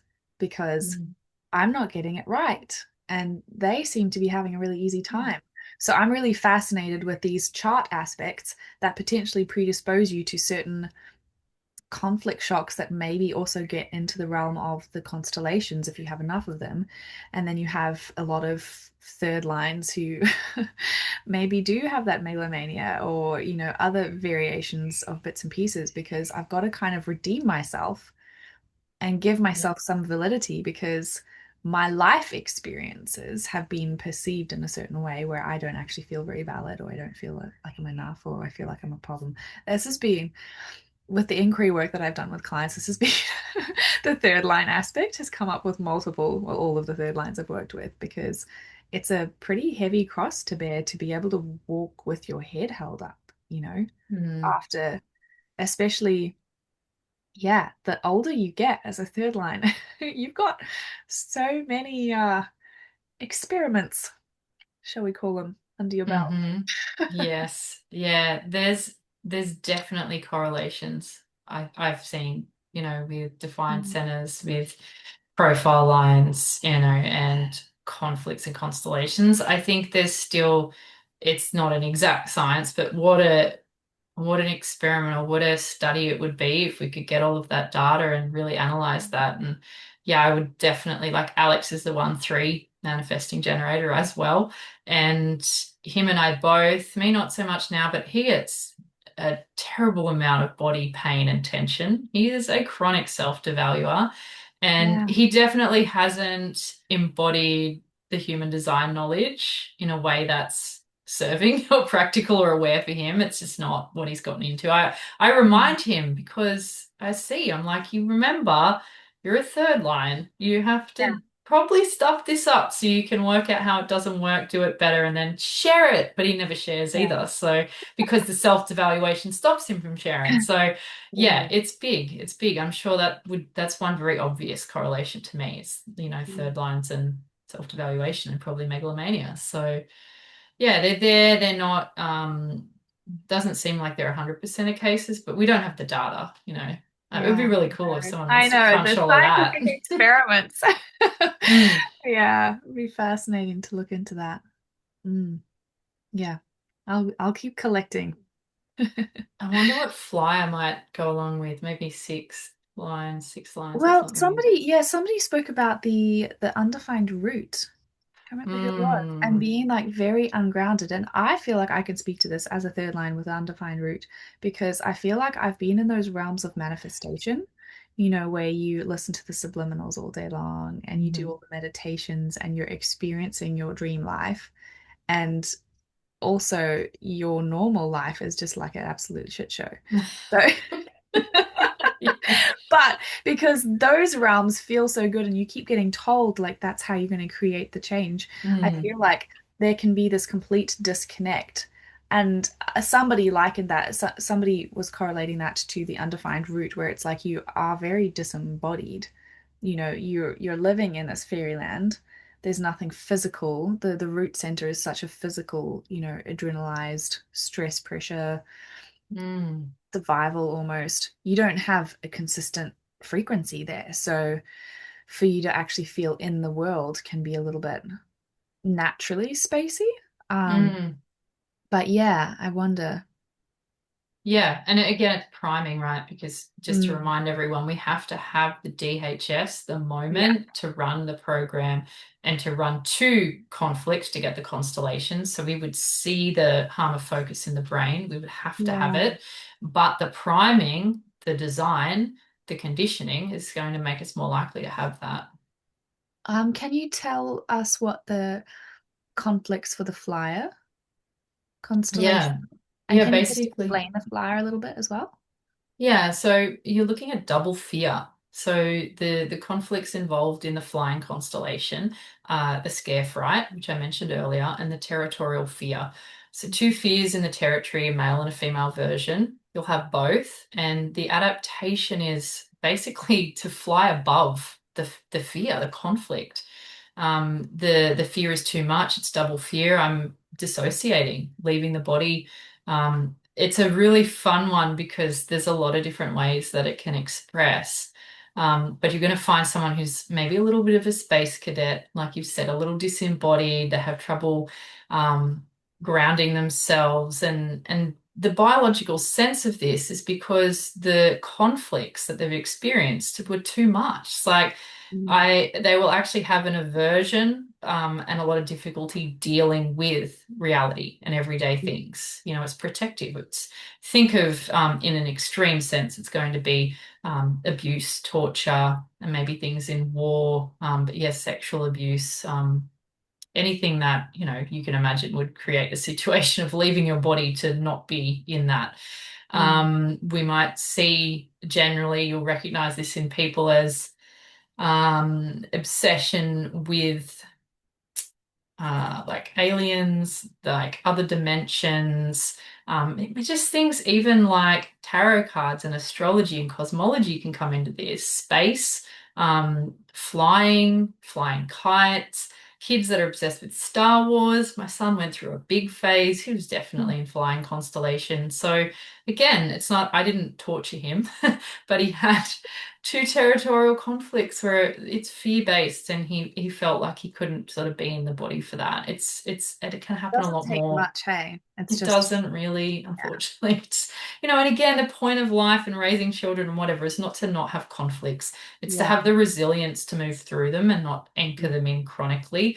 And, you know, he's young. So at this point, like I do everything I can to support him to move through that. But I can see where he has tracks and that's a lot to do with me. I'm going to be big tracks for him. So the more work I can do on myself, the better that is for him. But yeah, the flyer is it's flying above the conflict. You can also have dreams about flying, and the Mm. manic expression of that, which is probably a bit too much to go into, but there's two expressions of it, and essentially the manic one is the more energized, dynamic expression, and you will fly upwards, and then the more passive, depressed version of that, you fly downwards, and you can have dreams about falling into the earth, falling into water, being pulled down. There's often a compulsion to jump off high things for flyers, like a real like, I don't know why I really want to jump off the edge of this building, like, and it scares them, Wow. but it's yeah, that's another characteristic. So, Fascinating. um, yeah, so fascinating. Very fascinating. Can you please, this is, you don't need invites. This is just something to respond to.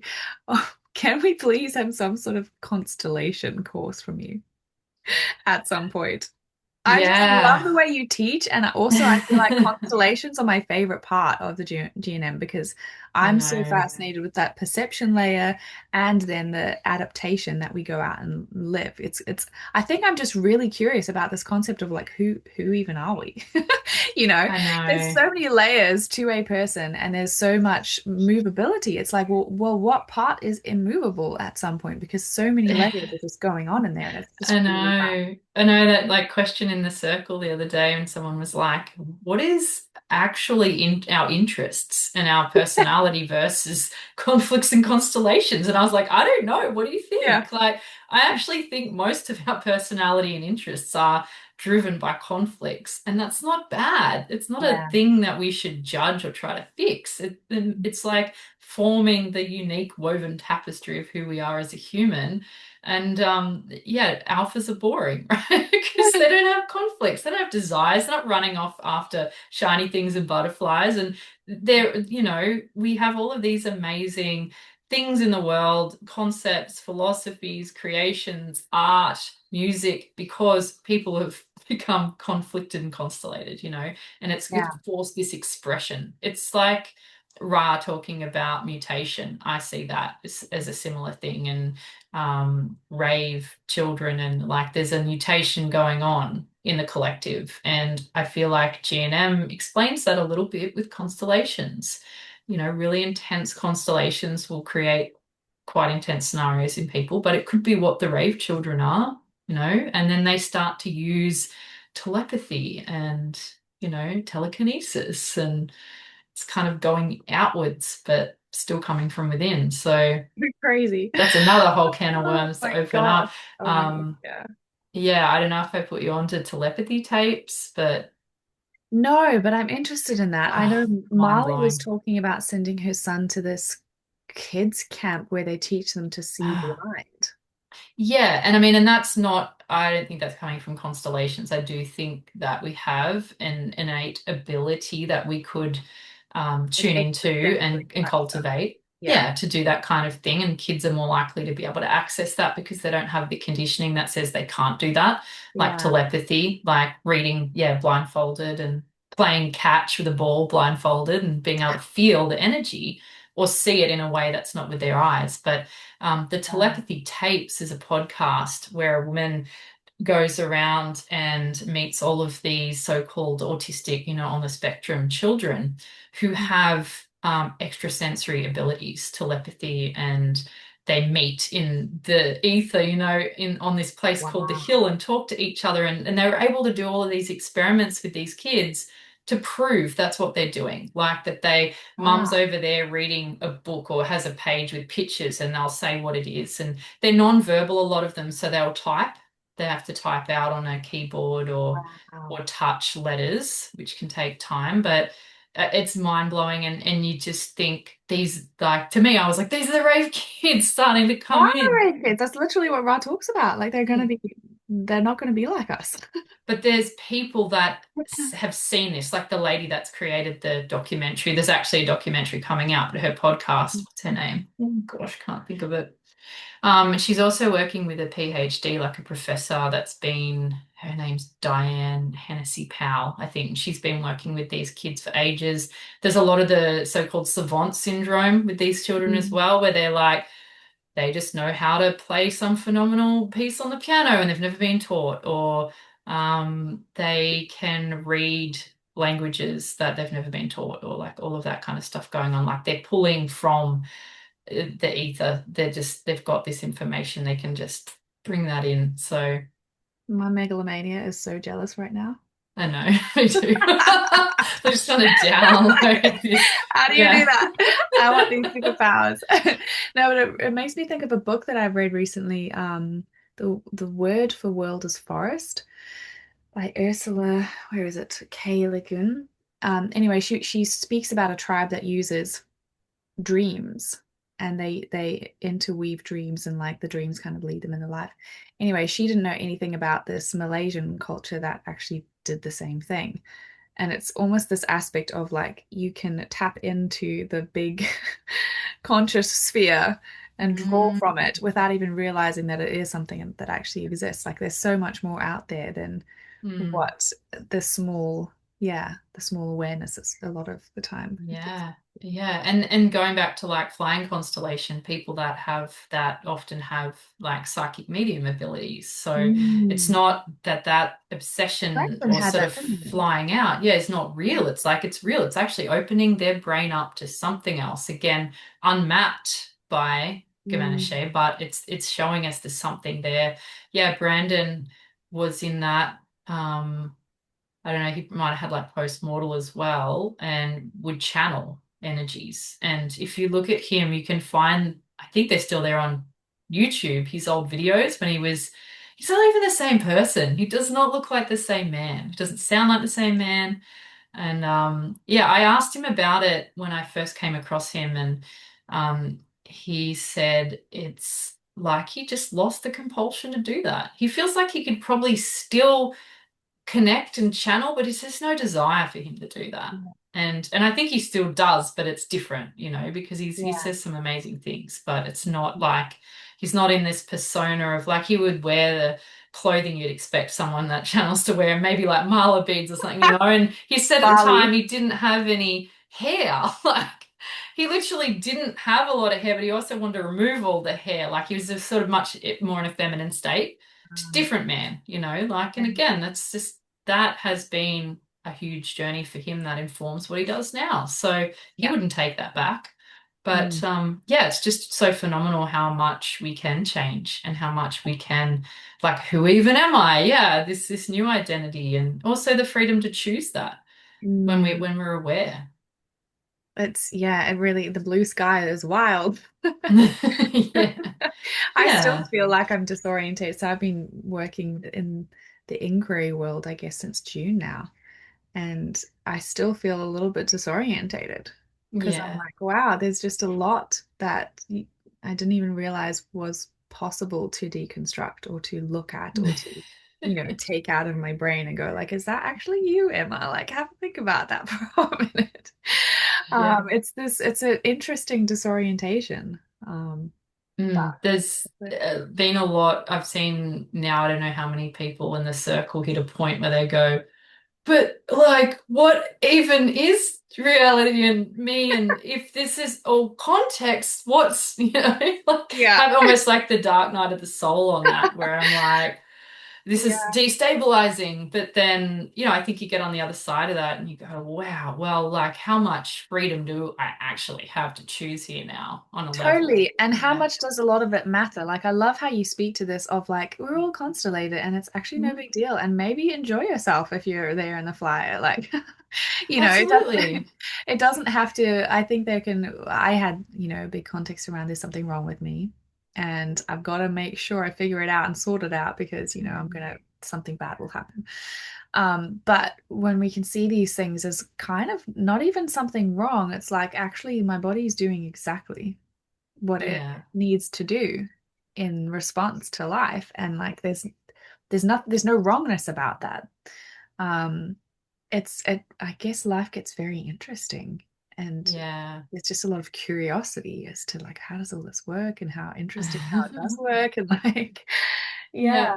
Yeah, and cycles within cycles in the spiral as well, right? And Yeah. to like quote Yeah. Peter Crone, like life will bring you the people, situations, and circumstances you need to see where you're not free, and it will do it again and Yeah. again. So there's always going to be another opportunity to meet that with more awareness. And so Yeah. something like the awareness that ISI brings you is amazing because you can see, I've been recreating that same thing, and you don't actually have to go Mm. and fix, go and do. It's like you sooner or later you're gonna have the experience, the situation where you can practice the new identity you would prefer to have, Yeah. step in and try living the resolution, the undefended self. There's never-ending opportunities for that. We don't have to go and chase them down. Yeah. Please don't. I've Don't spent go a long time trying to do that. Yeah. yeah, don't go poking. If it's not showing its face, don't go poking for it. Yeah, just Word of wait. wisdom It'll from a come. third line. Oh, freaking love this. Tell everybody, because I know they're just itching to hear about this course, because I think everybody needs to know that well, I needed to know this back in the day, that it's not actually that inaccessible, German New Medicine awareness, but it is very useful to have somebody break it down for you, especially an ex-AMBO who understands medical stuff. So you have put together a basics course for German New Medicine, which really does take you through how it started, what's involved. Yeah, tell us about it. Where can we find that? What is it? Yep. So you can access my course through my website, which is Annalea Jane. You might have to spell it out in Yeah, the I'll show I'll pop notes, links in the but show notes. Yep. .com. And so you'll find a way to get to it there. Brandon's hosting it for me at the moment, so it'll take you to his website. But what I wanted to create was something affordable and accessible because, as you mentioned, the information's all there for free on learninggnm.com. Go have a look at it.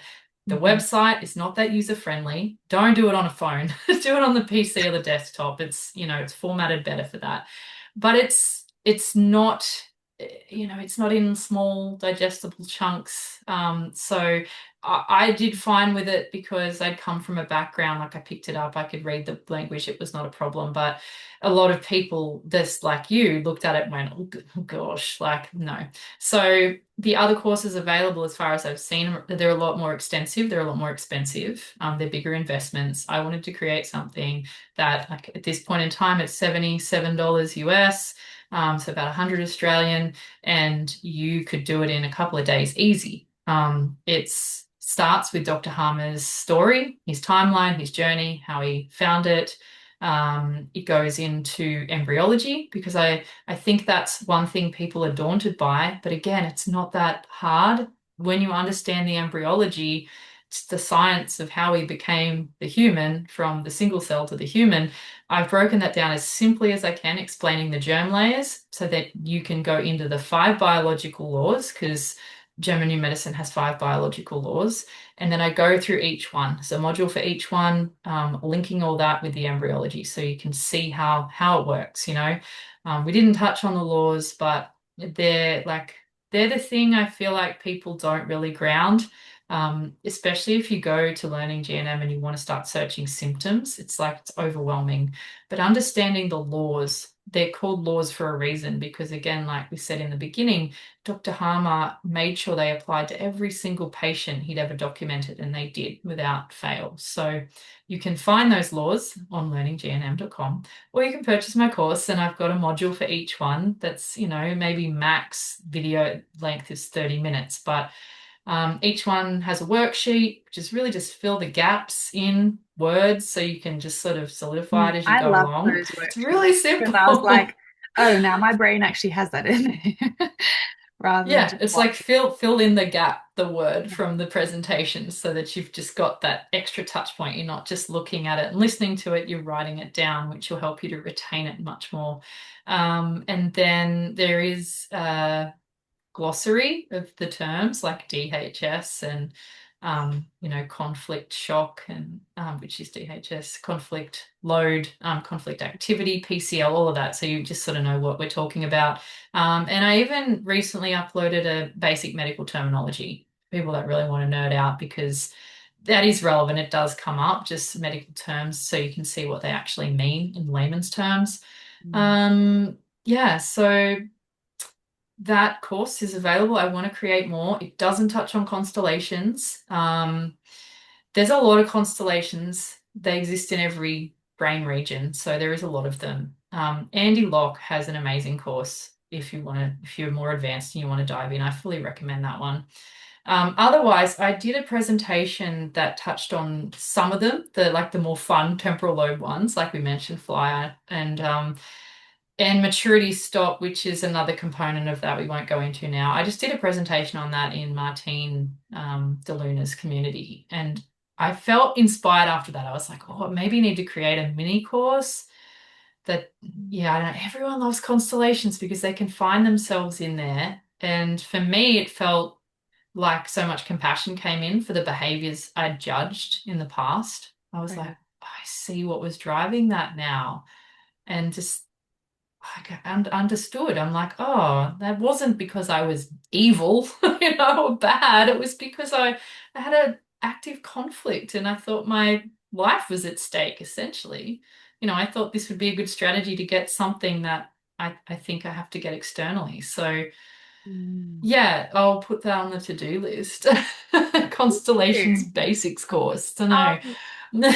with your course, does that include your, because you have a Telegram group?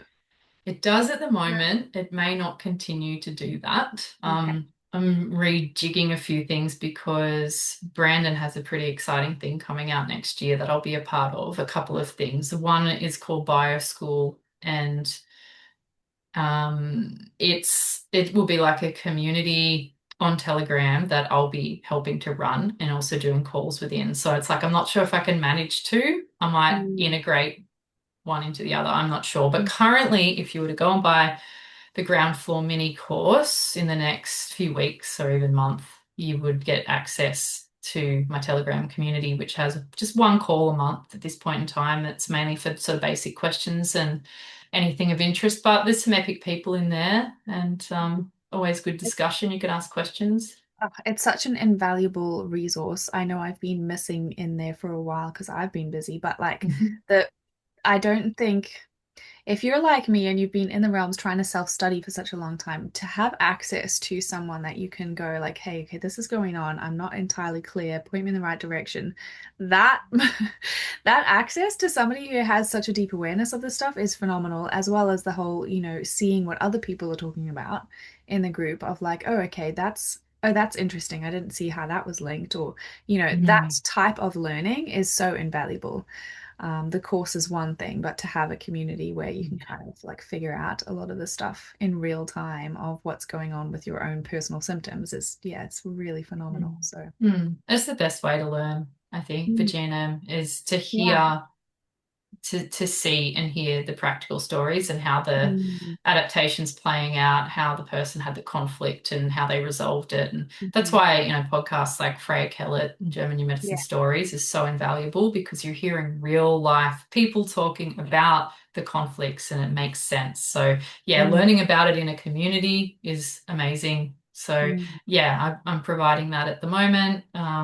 It'll just change as I go along, but yeah, you'll get that. It's amazing value, $77. It's I know. really very cheap for what's there and with that community Totally. access. So, Yeah. And it's kind of like I've said this about Incre, but I feel like Germany medicine, once you've learned it, I'm still a beginner, but like as you grasp the concepts, it's almost like the people's medicine mm, or just the human body. I mean, it's even deeper than herbalism because you're actually understanding how the body is doing its thing, and then you can actually support it rather than yeah. trying to kind of.